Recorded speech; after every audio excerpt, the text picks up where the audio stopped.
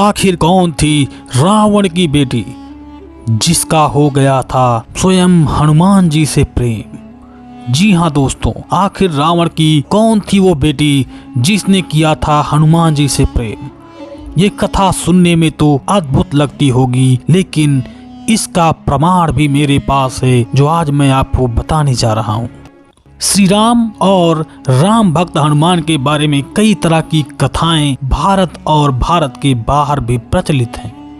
हालांकि कई कथाएं तो जनश्रुति पर आधारित हैं या प्रचलित मान्यताओं पर आधारित हैं। लोग इन कथाओं को पीढ़ी दर पीढ़ी सुनते आए हैं। ऐसी ही एक कथा रावण की बेटी और हनुमान जी के बारे में बताया गया है।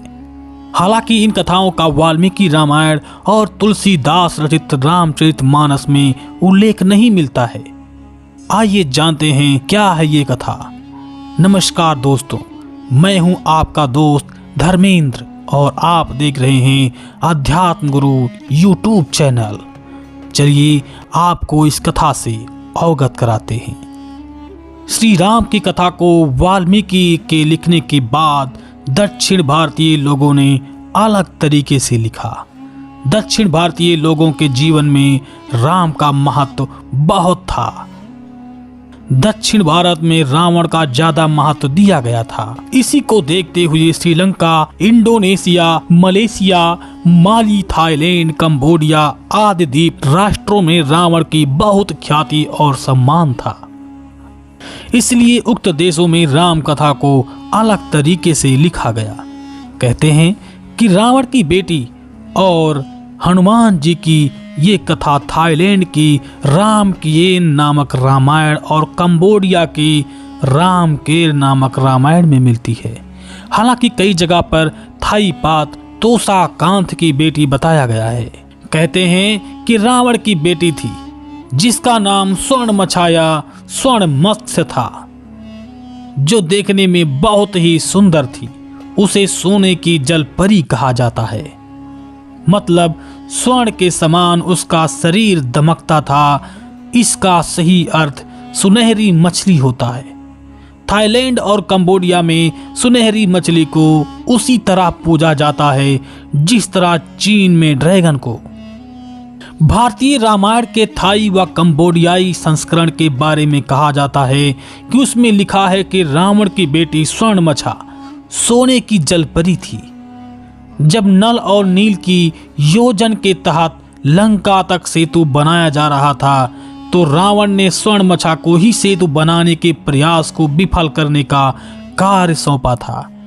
वह हनुमान जी का लंका तक सेतु बनाने का प्रयास विफल करने की कोशिश करती रहती थी, परंतु इसी दौरान अंततः वह उनसे प्रेम करने लगी। कथा के अनुसार हनुमान जी और वानर सेना समुद्र में पत्थर फेंक कर जमाते थे, लेकिन वे कुछ समय बाद गायब हो जाते थे। जब हनुमान जी को इस घटना का पता चला तो वे समुद्र में उतरकर देखने लगी कि आखिर ये चट्टानें कहाँ गायब होती जा रही हैं, कि पानी के अंदर रहने वाले लोग उन्हें कहीं ले जाकर रख देते हैं। तब वे उन लोगों के पीछे गए और देखते हैं कि एक स्वर्ण कन्या उन सब की नेता है, जो वे उसे चुनौती देती है। परंतु वह कन्या हनुमान जी को देखकर उनके प्रेम में पड़ जाती है। हनुमान जी ये समझ जाते हैं और तब वे उसे भुलाकर समुद्र के तल पर ले जाते हैं और उससे पूछते हैं, तुम कौन हो देवी? वह बताती है कि मैं रावण की बेटी हूँ। फिर हनुमान जी उस कन्या को समझाते हैं कि रावण ने कितना बुरा कार्य किया और क्यों हम ये पुल बना रहे हैं। तब वह कन्या समझ जाती है और सभी चट्टानों को लौटाने को कहती है। कहते हैं दोनों का एक पुत्र भी होता है जिसका नाम मैकचून था। दोस्तों, ये कथा कंबोडिया और थाईलैंड की रामायण से जुड़ी हुई थी, जो मैंने आपको रावण के बेटी के रूप में बताया। कहते हैं रावण के 1 लाख पुत्र 1.25 लाख नाती, ता रावण घर दिया न बाती। इस तरह से स्वयं कबीरदास जी ने अपनी बीजक में लिखा है। दोस्तों, रावण के पास बहुत बड़ा परिवार था।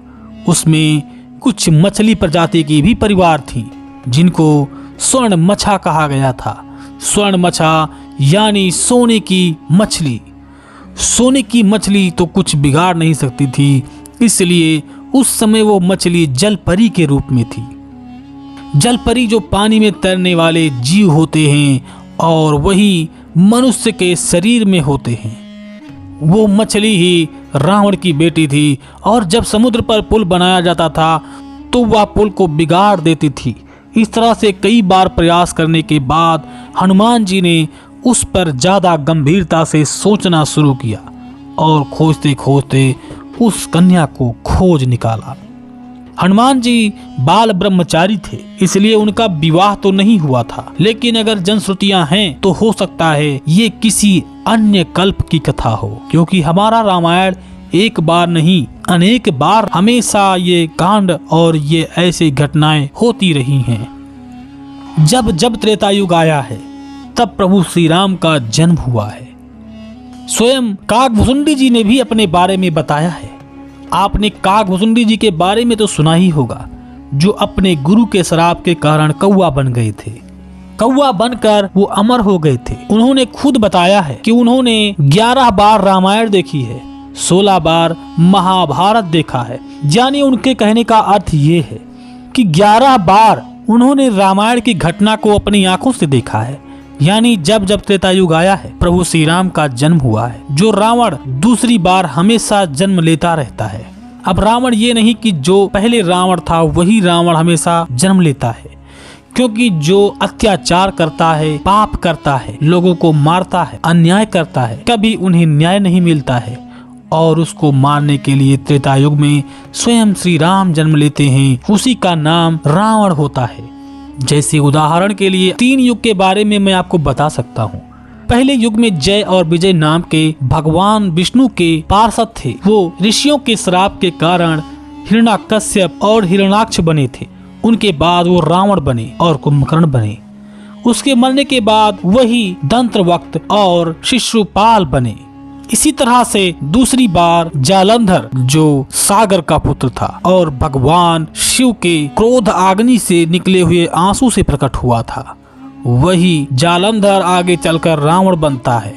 और उसकी पत्नी ने जो श्री राम को श्राप दिया था, श्री राम यानी भगवान विष्णु को, जो तुलसी बनकर बाद में अवतरित होती है, उसने कहा था जिस तरह मैं अपने पति के इस कर्म के कारण मैं इस समय इस शरीर का त्याग करती हूँ, उसी तरह मैं तुम्हें श्राप देती हूँ कि तुम भी अपने पत्नी वियोग में परेशान हो जाओगे। वही श्री राम आगे चलकर भगवान विष्णु अवतार लेते हैं। तीसरी कथा के अनुसार महाराज प्रताप भानु और अरिमर्दन थे, जिसके विस्तार में आपको ये कथा रामचरितमानस के बाल कांड में मिल जाएगी। आप जरूर पढ़ें। इन 3 रावणों के बारे में मैंने आपको बताया है, तो ये कथा किसी भी कल्प की हो सकती है। आप इसके बारे में विशेष जानकारी के लिए किताब को मंगाकर पढ़ सकते हैं। दोस्तों, अगर यह वीडियो आपको पसंद आया हो और इस कथा में कुछ रोचक आपको लगा हो तो वीडियो को लाइक करें। चैनल पर नए हैं तो सब्सक्राइब करें और आपसे लेते ही इजाजत। मिलेंगे फिर ऐसे ही एक खास नई जानकारी के साथ। तब तक के लिए जय श्री राम, जय सनातन, जय हिंद, जय भारत।